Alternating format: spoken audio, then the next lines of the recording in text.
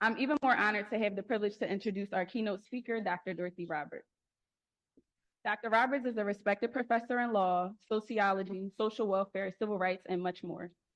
She's lectured on the ways that race and gender and social class levels have impacted our legal system while prioritizing placing a spotlight on the injustices that Black families are unfortunately facing every day. Another title that Dr. Roberts wears oh so well is that she's an author. She's written multiple books, which y'all can get on her website. Go look her up. She's written multiple books.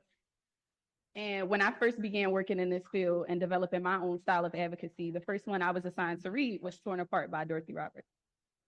The book speaks about how the child welfare system polices and targets Black families and how abolition could help lead to a safer world for us and our children. And personally, that was my favorite part. Dr. Roberts is so many things, such as an advocate, an educator, an author, an activist, and so much more. But most importantly to me, she's a Black mother impacted by what the system has been doing to us for generations and will try to continue to do, which is why we're all here today. I'm so honored again to have the pleasure to ask all of you to open your ears and your heart today. Put your hands together and welcome Dr. Dorothy Roberts.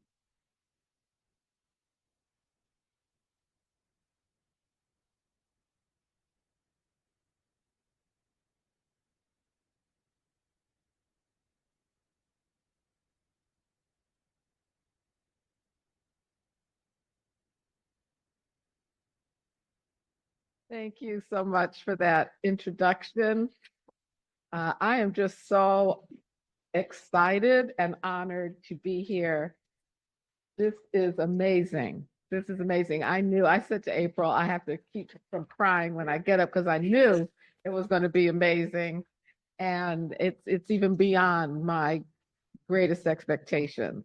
So thank you so much for all of you being here and for this chance to say a few words to kick off after April's wonderful poetry. I'm the one that has to follow that.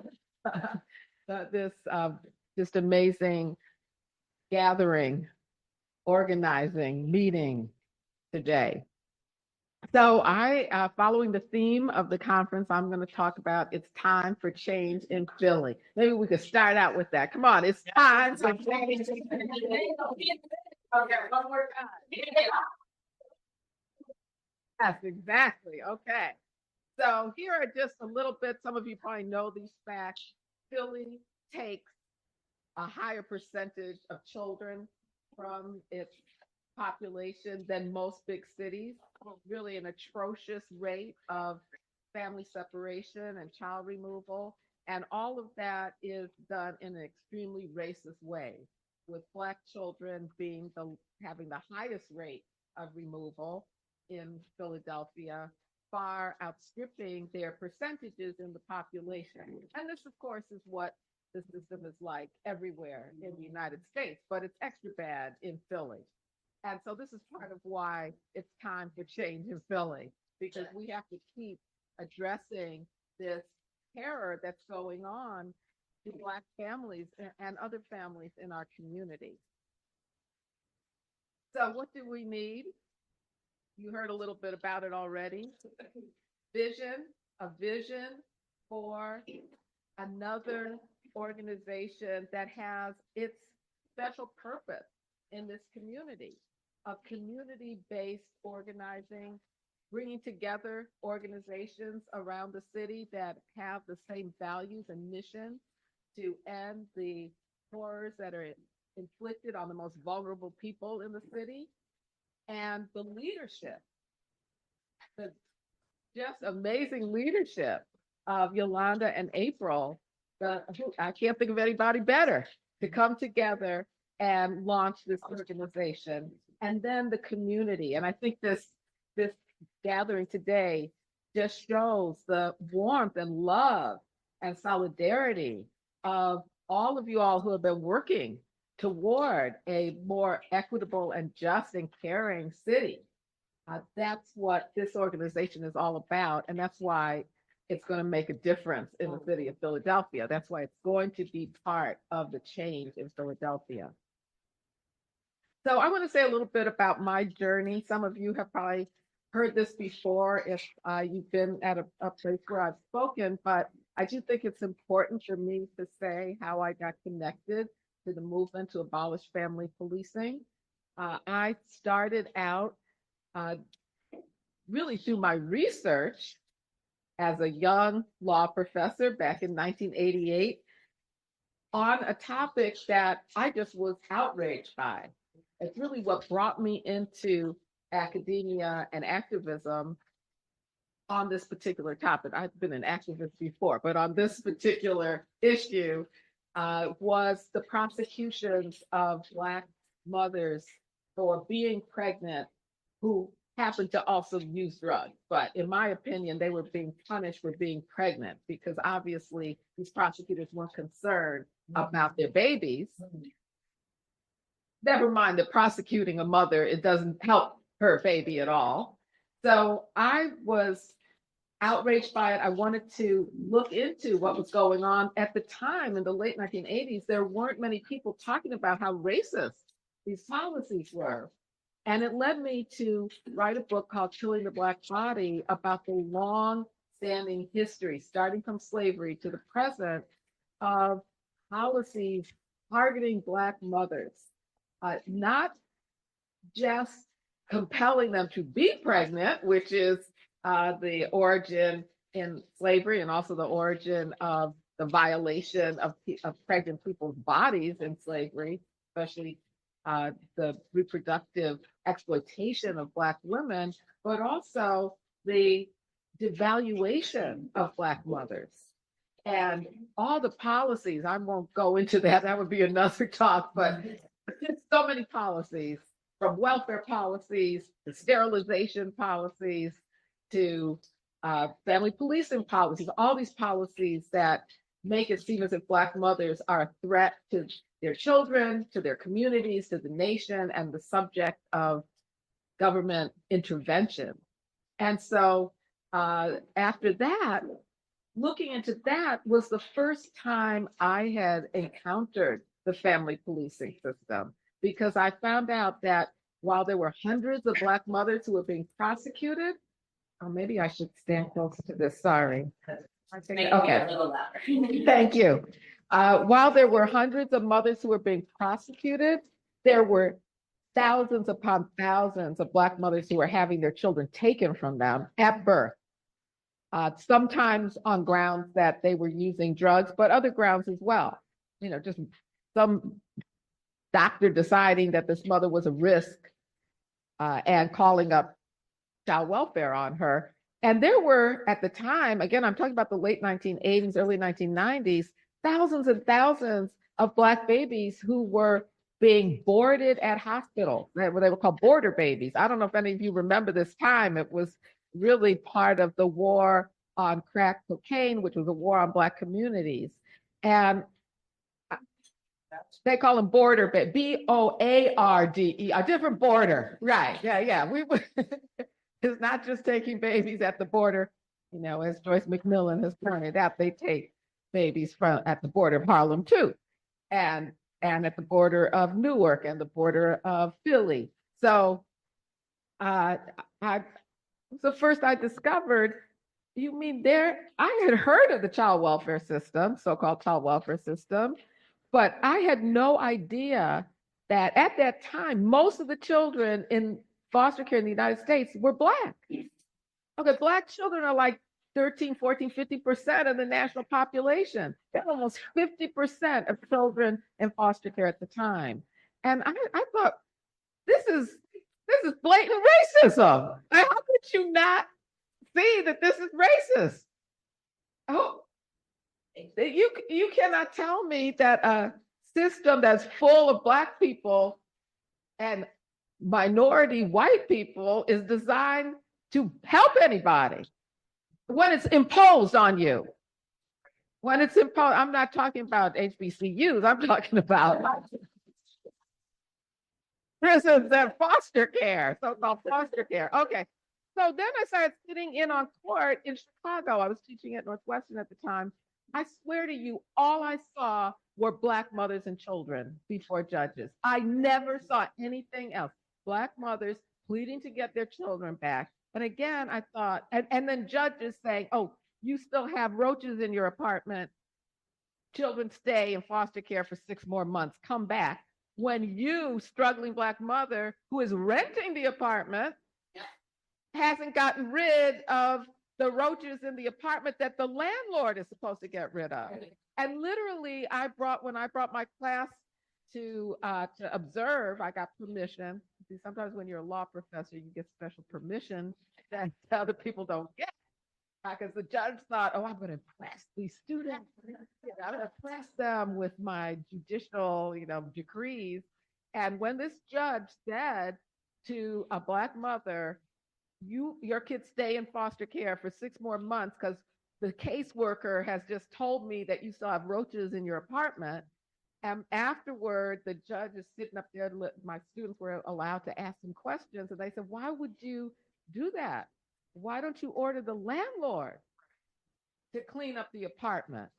It's the landlord's responsibility. And the judge had the nerve to literally say to my law students, I have jurisdiction over the mother. I don't have jurisdiction over the landlord. So I'm going to make her suffer. And that's when I said, oh my goodness, this is kidnapping. This is slavery. What? And I started to meet with Black mothers in Chicago. And that's just what they said. They kidnapped my children. This is another form of slavery. And when we speak out, now mind you, this is around the year 2000. When we speak out, we're punished. They keep our children in longer because we're speaking out on their behalf. If we complain about what's happening to them in foster care, they punish us by keeping our children in that system longer. And they were trying to organize. It was difficult back then. There weren't a lot. There weren't family defender services, and there weren't movement for family power, and there was no JMAC for families yet. It just, certainly no Philly Voice for Change. No. And I said, I have to write a book about this. So that's when I wrote Shattered Bonds, The Color of Child Welfare. But then, that was in 2002. 20 years between Shattered Bonds, more than 22 years, and Torn Apart. What did I do? Like a good lawyer, I said, I'm going to try to help reform this system. And I gave trainings to social workers all over the country. And I wrote reports for Annie E. Casey Foundation. And I even went to Alaska once. That's the only time I've been to Alaska. They sent me to Alaska to talk to the indigenous people there who were trying to organize, and found out that in Anchorage, Black children, I should say Native children, were 20 times more likely to be removed than white children. 20 times more likely. And there's supposed to be an Indian Child Welfare Act to prevent that. So I met with heads of agencies. I have up there Washington State Department of Children, Youth, and Families, because I was put on a panel by the plaintiff's lawyers, asked me to be on this panel to negotiate with the state of Washington because a judge found that they were violating the constitutional right of children in foster care. And we were supposed to fix it. This panel of 5 people, including the former head, what's his name? McDonald. Jess McDonald, right? Anybody remember the former head of DCFS in Chicago? Anyway, okay. See, I'm older than all of you. I think I'm literally older than everybody in this room. All right. Well, and I'm here. I can't even. He was on this panel with me trying to fix the system. This is how ridiculous it was. And I'm like, where are the parents of these children? They're not involved at all. This is about, shouldn't we be keeping the children out of the system? Oh, no. We just need the foster parents to have better training so they can they need respite. We just need this kind of thing. And the 7 years went by. Did we fix the system? No, of course not, because it couldn't be fixed. So then they said, well, can you do it for 2 more years? So I swear we went on for 9 years. I'm traveling to Olympia, Washington, and Seattle, meeting in this little hotel room and in the by the airport or at the legislature. The legislature didn't want to do anything. It was absurd. And I so while I'm doing that, I'm also learning about prison abolition. And I'm thinking this makes sense. If you have a system that was designed to oppress people, that literally came out of slavery to re-enslave people, is filled with Black people, is obviously a racist system, and you have a better idea of how to improve the welfare and safety of people in your community, why should you keep this system that's just harming people and making people suffer? It made perfect sense to me. I started to read the literature, go to meetings, and I said, this idea of abolition, it should apply to the family policing system too. And then what else happened? I started to see that parents who were impacted by the system had gained more power, were organizing.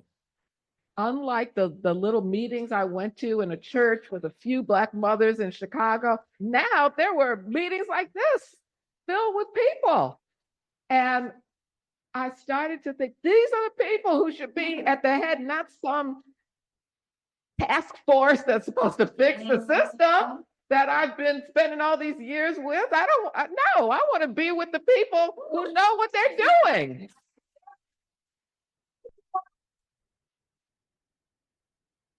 Experience the impact of the system. The only reason I could even figure out that this was a system that was racist and was a form of kidnapping and re-enslavement of Black families was because that's what the mothers were telling me. They had the sophisticated theory about it. They're the ones who had the strategy for what to do. So that changed completely the way that I viewed this. That's why I wrote my book, Torn Apart, which was to show why this system is designed to harm families and why it's designed to promote white supremacy and patriarchy and capitalism, and why the only answer is to end it while, though, and again, this is important, this is not just about tearing something down, it's the opposite. It's about building up community-based ways of supporting families and children, which will truly improve children's welfare, which will truly keep children safe. Although I want to, what did Yolanda say? Was it Yolanda said, we want a brave space. Yeah, a brave space. Okay, well, that's my story. Now, as I already alluded to, part of the reason we know the system has to be abolished is because it's rooted in oppression. It's rooted in the idea, both materially, historically, but also the thinking around it, that Black people shouldn't have autonomy to take care of their own children, that we don't really have close bonds with our children. So our children are better off anywhere else except with us. And all of you who have worked in this system, you have probably heard those words one way or the other from a judge or a caseworker or a doctor or a teacher. This child is better off, and I don't care how messed up where we're putting him or her, they've got to be better off than with their family. That's been well documented. Okay, that wasn't an alarm to. That was getting started. It's okay. All right. Then even after slavery ended, white people didn't want to give up their control over Black children, just like they didn't want to give up control over Black labor of adults. And so at the same time, the convict leasing system was being created and implemented, they were also using the apprenticeship laws to re-enslave Black children. And so tens of thousands of Black children, as soon as they were emancipated, judges took petitions from white people, and sometimes they're former enslavers, saying these parents are neglectful. And the judges would order the children back into the care of their former enslavers, supposedly as apprentices. But of course, they weren't learning reading, writing, and arithmetic. They were continuing to do labor in the homes and in the fields just like they were before. That, to me, if we want to look to the history, the origins of the formal child welfare system, the formal system that's ordered by judges, that's what we should look to. It's not, the history isn't what they tell you, in the books that, oh, it came out of concern for impoverished children, and there was nothing for children. There was more protection of animals. So they had to use the animal rights laws to protect the little girl named Mary, who was being abused by her mother. Now, actually, Mary was in a foster home to begin with, and prior to that, they were already using the apprenticeship laws to re-enslave Black children. So that, to me, is the origin. And judges were ordering it. It was formal. It's not like we're making this up, this history. No, it was formalized in the courts. And then, of course, at the same time, the U.S. military was using the initially just child removal as a weapon of war against Native children to decimate tribes. And then that became, again, part of the formal child welfare system. Wasn't like these were wayward caseworkers stealing Native children. No, they were ordered to do that. That was the policy of the US government in connection with the Child Welfare League to take Native children from their homes, to assimilate them into white culture by putting them in white-run orphanages and getting them adopted into white families. And that continues to this very day. Even though the Indian Child Welfare Act was supposed to put an end to it, it obviously hasn't. Why? Because the system is rooted in child removal. As long as you have a system that is rooted in child, that depends on child removal, that's its whole be all and end all. There's no such thing as a child welfare system in America without child removal. I don't care how much they say, oh, we're reducing the number of children who are removed from their homes. The numbers have gone, okay, but still, you're still threatening them with taking their children. And that's the only way you operate. That's how you get in the house, by threatening to take away children. That's what you're accusing people of, maltreating their children. They're still taking, 200 and something thousand a year, at least formally, and then maybe another 200,000 through so-called voluntary safety plans. So it's rooted. What did somebody say? Say it. Family enrichment centers. Wait, say it again. No, I said we're making family enrichment centers. Yes, yes, exactly. They'll call it something else, but when you go to the family enrichment center, you better abide by the rules. And don't you still have the threat they're going to take your children away?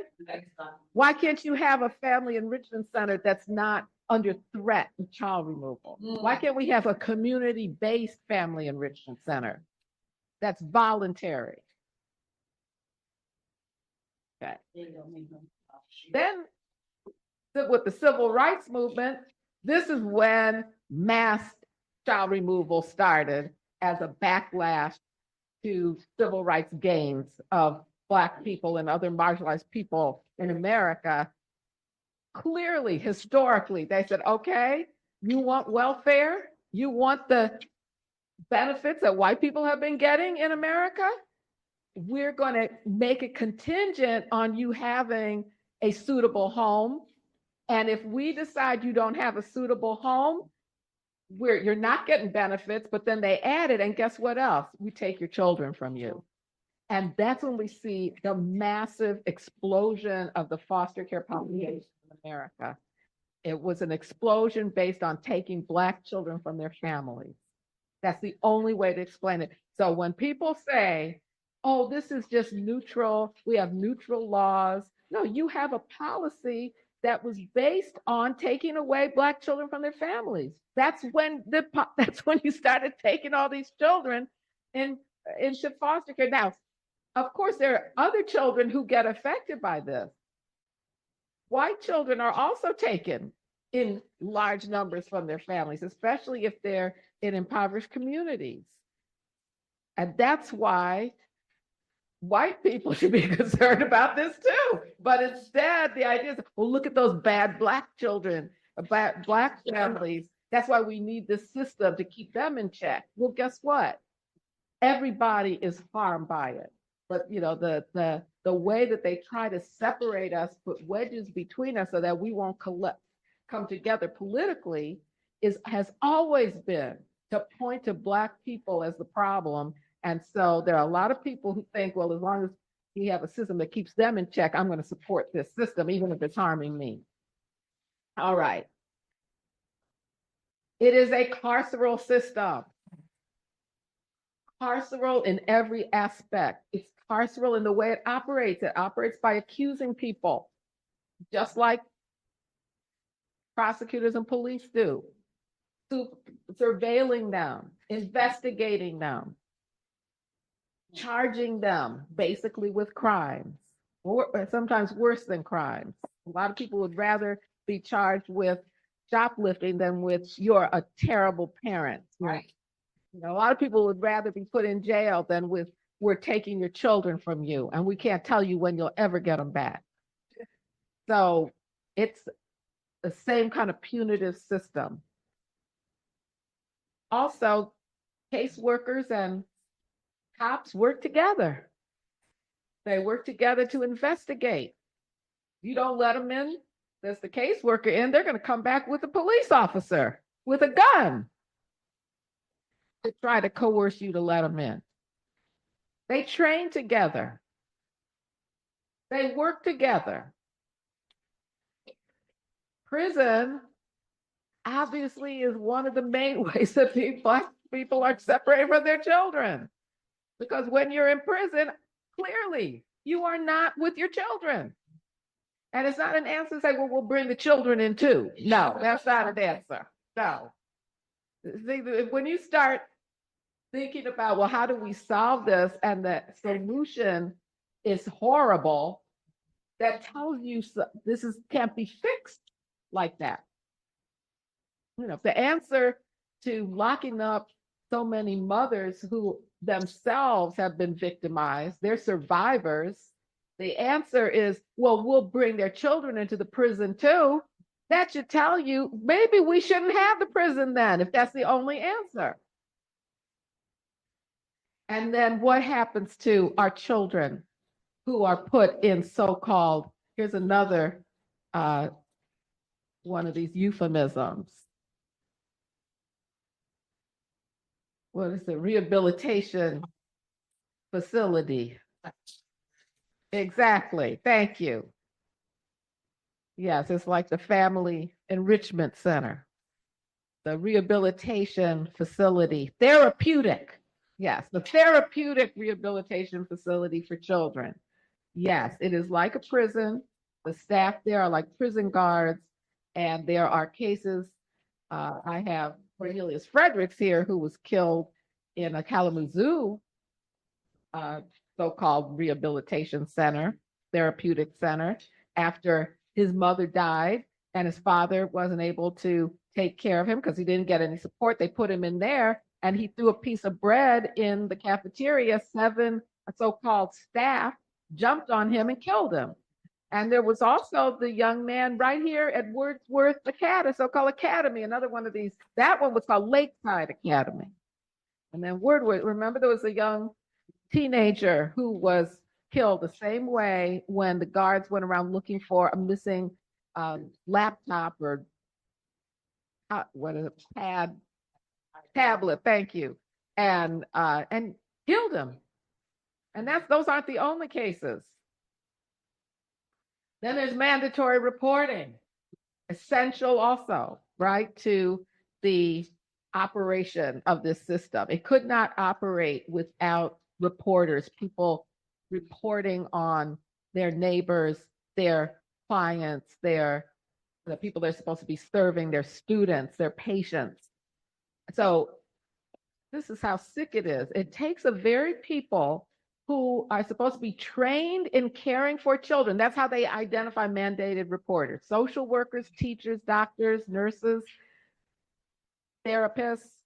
They're supposed to be trained in caring for children, and they're told, no, do not care for the children. Turn them over to a caseworker who has absolutely no training in caring for children, and let that caseworker decide what to do. Does that make any sense? There should be a mass movement of mandated reporters saying, you are insulting our skills and interfering with our ability to care for children. But instead, they're bullied into compliance by being told you're going to lose your license, you're going to be sued. Again, that's why we need to abolish it altogether. And it makes no sense. Nobody is saying if you want to, you can call the child abuse hotline. Anybody can do that. Now, we should get rid of that too, but anyone can do that. But if you're a mandated reporter, what's the point of mandating you? It's to scare you into reporting your suspicions. And as I put up some of the studies that have shown this, the suspicions of mandated reporters clearly shown to be racially biased. Right. Clearly shown over and over again. You have the same injury. A white child comes in with a broken bone, a black child comes in with the exact same injury. They are far more likely to suspect that the black child was beaten than the white child. You have a pregnant patient. We know it's far more likely that the doctors or nurse is going to say, test that patient for drug use. And then they're far more likely the test comes out positive. They're going to send the black call-up child abuse hotline on the black patient. We know this for a fact. And, when I talk to doctors, I say, come on, be honest. Those of you who work with wealthy white patients, do you really call up the child abuse hotline on your pregnant patients if you find out they're smoking marijuana or using drugs? They know that they don't. They know that they don't. I confronted a doctor once and said, "What?" He had the nerve to tell me, well, I can tell.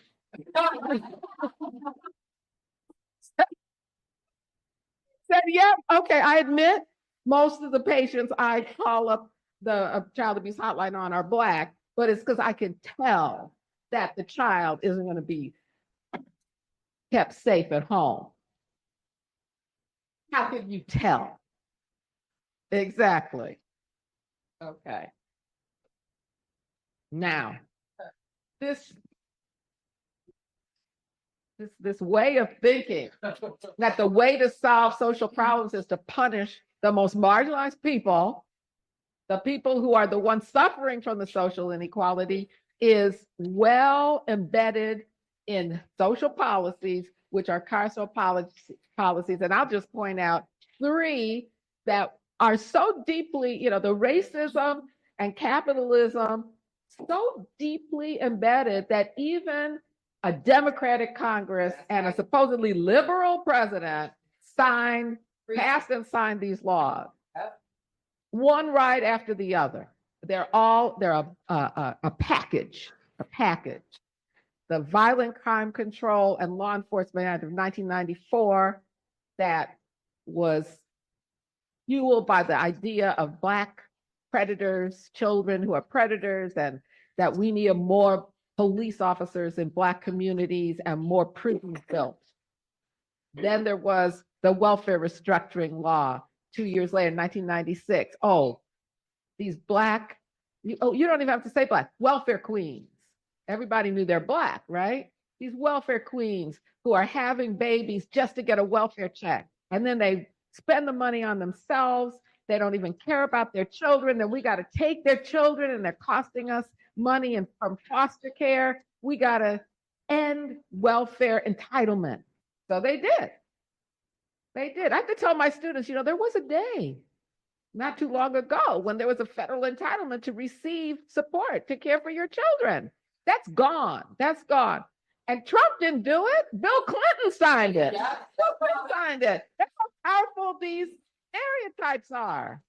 They're so powerful. People believe the nonsense.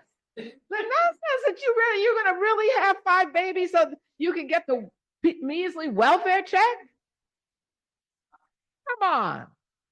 First of all, it wasn't 5 babies to begin with, and there were more white people on welfare than Black people on welfare. But again, these stereotypes are so powerful. And then what happened a year later? And don't tell me this is all part of the same racist and classist ideology, the Adoption and Safe Families Act, 1997, explicitly read the jargon around it. These Black mothers are keeping their children from being adopted into better homes.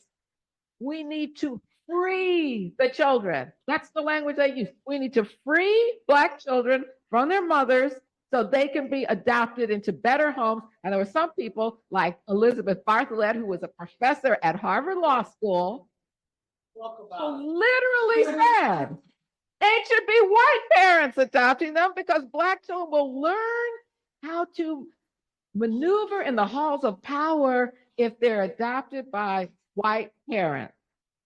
And she said she didn't like kinship care because the whole family is defective, and so is their community. They need to be taken out of their whole communities.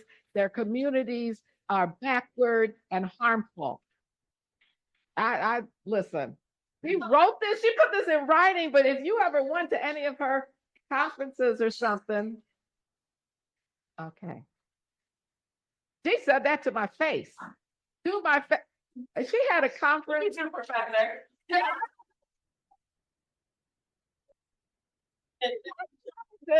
Well, I had different debates with this woman, but okay, I'm going to try to tell this story quickly. I can't see what time it is, first of all. Am I okay? Huh? Okay, but we started late, didn't we?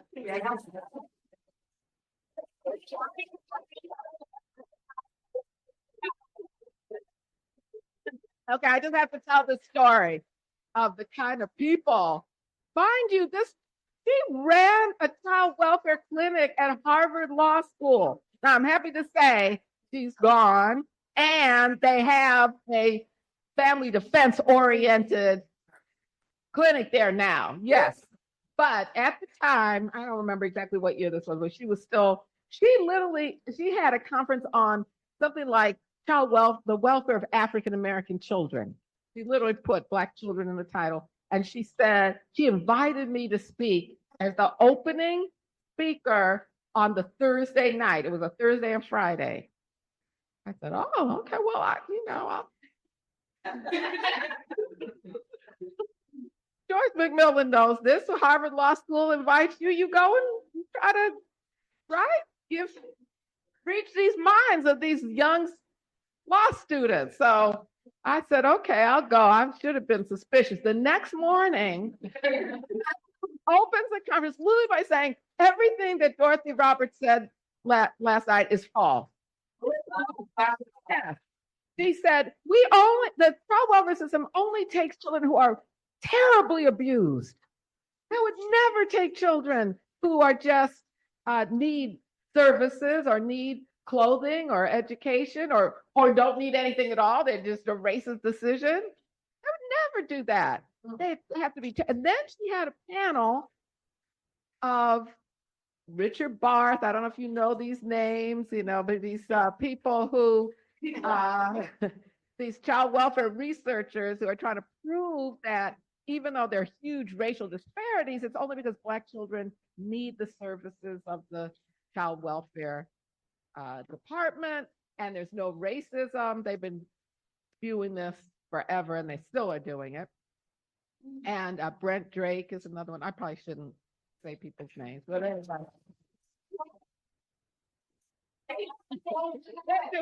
They're doing this.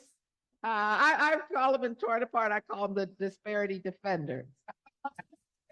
That's their whole line of work.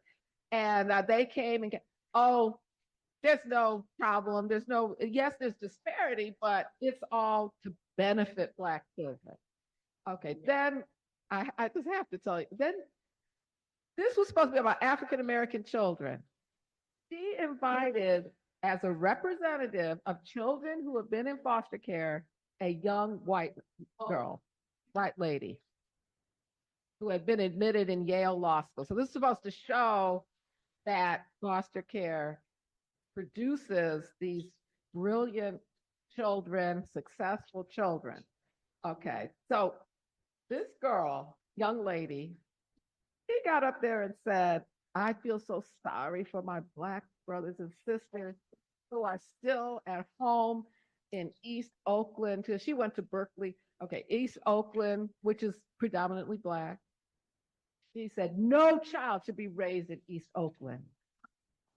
Okay, then she said, don't you want Black children to learn how to play the piano? I'm not making this up. Hold on, one more. Don't you want Black children to learn how to swim?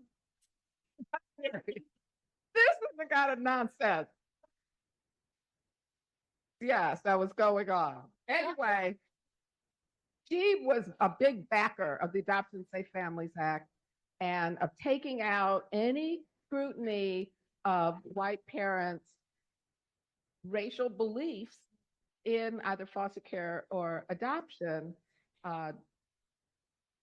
So enough of her, but these are the positive. Okay, I'm gonna move a little faster now because I do want to get to the hopeful part, but I just had to put this up.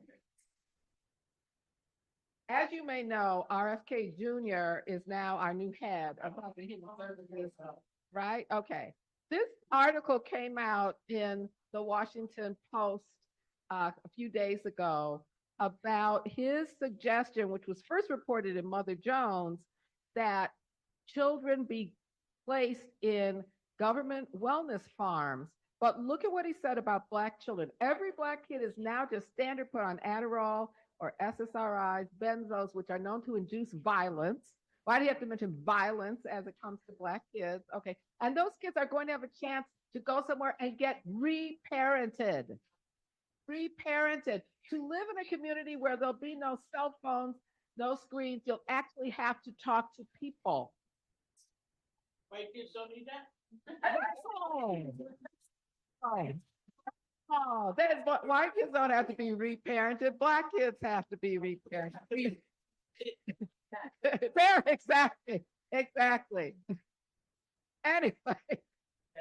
Anyway, this is just to show that these ideas weren't ended in the 1990s. They're still circulating today, even by people who are at the heads now of government agencies. I could also show, I'm not going to do it, but someone who was just appointed by Marco Rubio as some diplomatic position has argued that low IQ people should be incentivized to be sterilized. And he had a comment about Atlanta, which clearly related to Black people, the need for sterilization. All right, so all of this is based on a carceral logic that is structured to impede care, not support care, to try to block resistance and social change, because the unmet needs of children, instead of saying we need more resources to families and family caregivers in general, no. Their unmet needs are a form of child maltreatment, which is caused by parental pathology and cognitive deficits. You've probably seen that term thrown around too to describe Black parents. And so what they need are therapeutic cures. They need to be supervised. Their children need to be sent to government wellness farms, right? And they need to be punished. As Malcolm X said, I love this quote because I think it captures so well how this system and our society in general work. I have no mercy or compassion in me for a society that will crush people and then penalize them for not being able to stand up under the weight. And that's just what this system, the prison system, the healthcare system, the education system, it already puts weights on people, burdens people. And then if they have any trouble, raising their children under those burdens and weights, they need to be punished. No, it's not that we take the weights away. It's not that we provide the resources and community-based supports. It's punish them for it as a way of ignoring those burdens. Yeah, Corey. Go on. I didn't know this was a classroom, but it is a classroom. Go. Have a burning desire, and it goes. You said wait, and then it went back to what RFK Jr. said, right, and eugenics thing, and all of that. So many of us in this room would say, I would not dare say any of that. I would not believe that. I don't believe that. That might be true. But not understanding the weight of those words on Black bodies is dangerous. Right? So we get fucked up mad at it.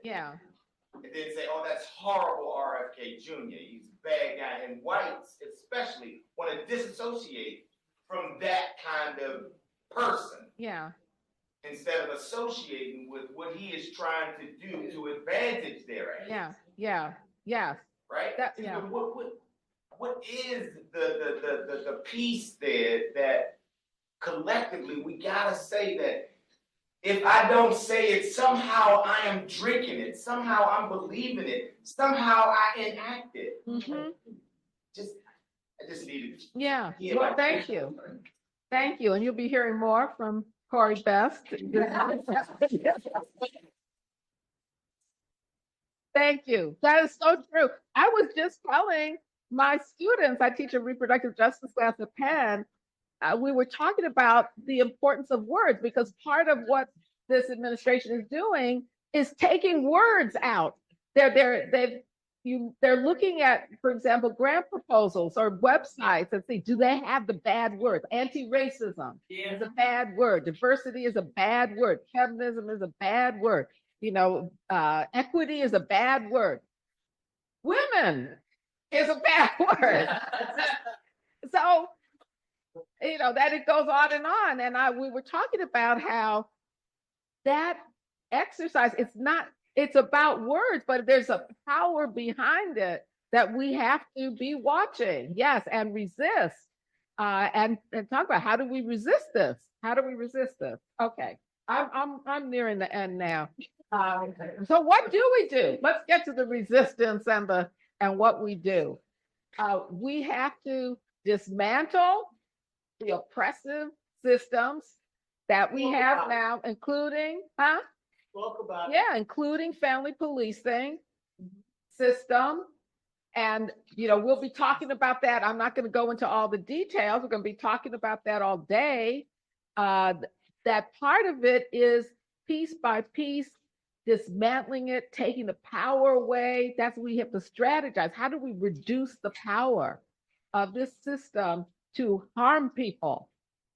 And I've just put some examples up there. End mandated reporting. Look into transformative justice instead of the punitive approaches that we have.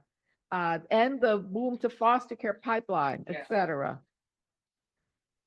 Then I was so inspired by the panel that's going to come up next, Centering the Humanity of Black Families, Change from Within. From within. How do we, and this is what Philly Voice is going to do, how do we affirm each other so that we don't have to turn to oppressive systems that cannot be fixed? How do we do that? I think the providing resources to elevate self-success, April mentioned a little bit about it. You'll learn more about it. Family-aligned mentorship. We have the model of HEAL from JMAC for Families. And couldn't help but put up a picture of myself, of my beautiful daughter and my two grandchildren up there.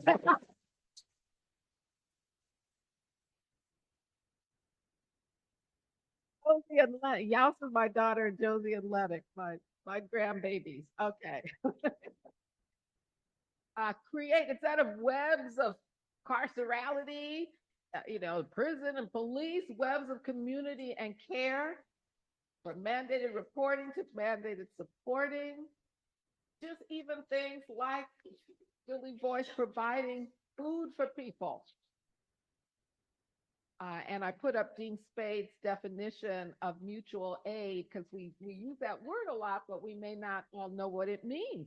I didn't know what it meant. I never heard of it until I started looking into this.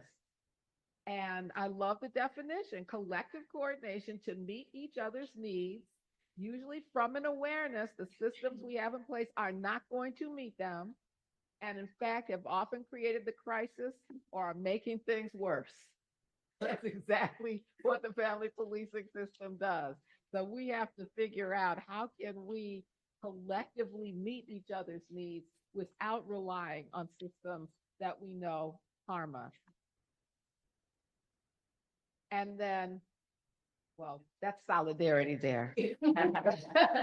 Collaboration and solidarity. And this is what I want to end with.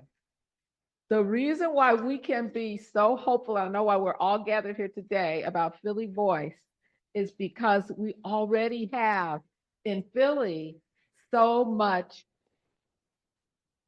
power and strength and love and caring in multiple organizations. Philly Voice is going to meet a need that we have for an organization like Philly Voice. We have a gap in our community for that. And importantly, Philly Voice will bring together all of these different organizations that we have. But we also have the model of New York City. New York City, I think, is humming. Yeah. They've got J-Back for Families, I've mentioned. I saw Movement for Aaron Flowers, Movement for Family Power. Well, okay, sorry, Aaron. I know you're not at Movement for Family. He co-founded Movement for Family Power. Okay.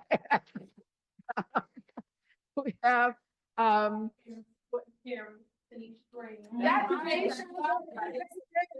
Tanisha. You already heard from Tanisha today. We're gonna hear more from her some more. And I could, the Bronx Defenders, Brooklyn Defenders, Harlem Defenders, all of those. You heard from Corey Best and his audio nuggets that April Lee's been on, I've been on, and his organization. We're right here in Temple with Sarah Katz, already a member of Philly Voice. Yeah.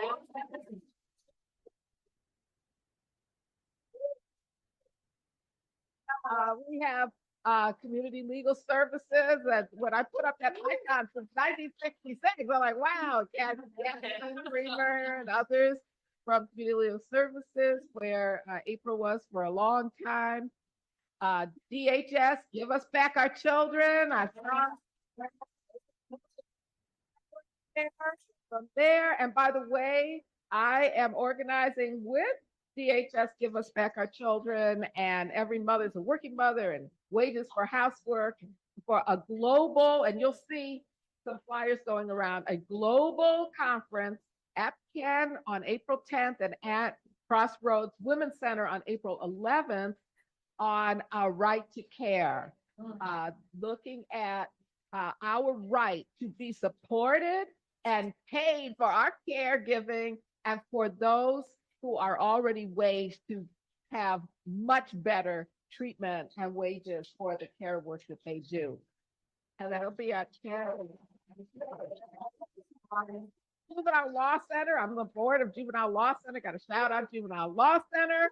And then there's Abolitionist Law Center as well. And understanding, we're going to talk about later the connections, cross-system collaborations, the connections between the fight to abolish prison and care for the people who are locked up that Abolitionist Law Center does, and how that's connected to the work that many of us are doing.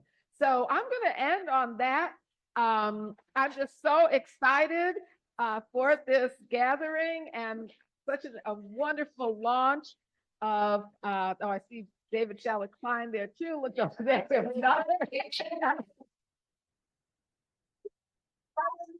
Organization. I showed my students at Penn the victory that Family Justice Law Center had, and the NYU clinic, Chris Gottlieb's clinic, in ending the surveillance of people simply because they themselves have survived domestic violence. And it's such a powerful collaboration of a law center, law firm, legal clinic. So many people want to shout out because I know Kara Fink is here from our child advocacy clinic at Penn. So, we have all of these here in Philly too. We could be doing it in Philly. And so let's work together. Let's be in solidarity, and let's be the change we need to see in Philly. So thank you so much.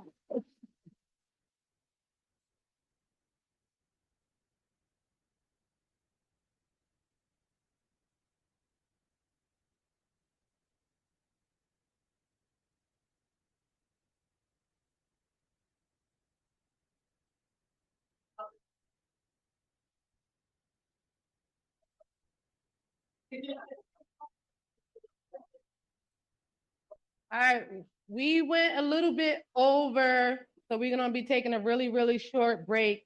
I do just want to make an announcement. The beginning part was recorded. The next two panels will not be recorded. So please don't bring out your cell phones.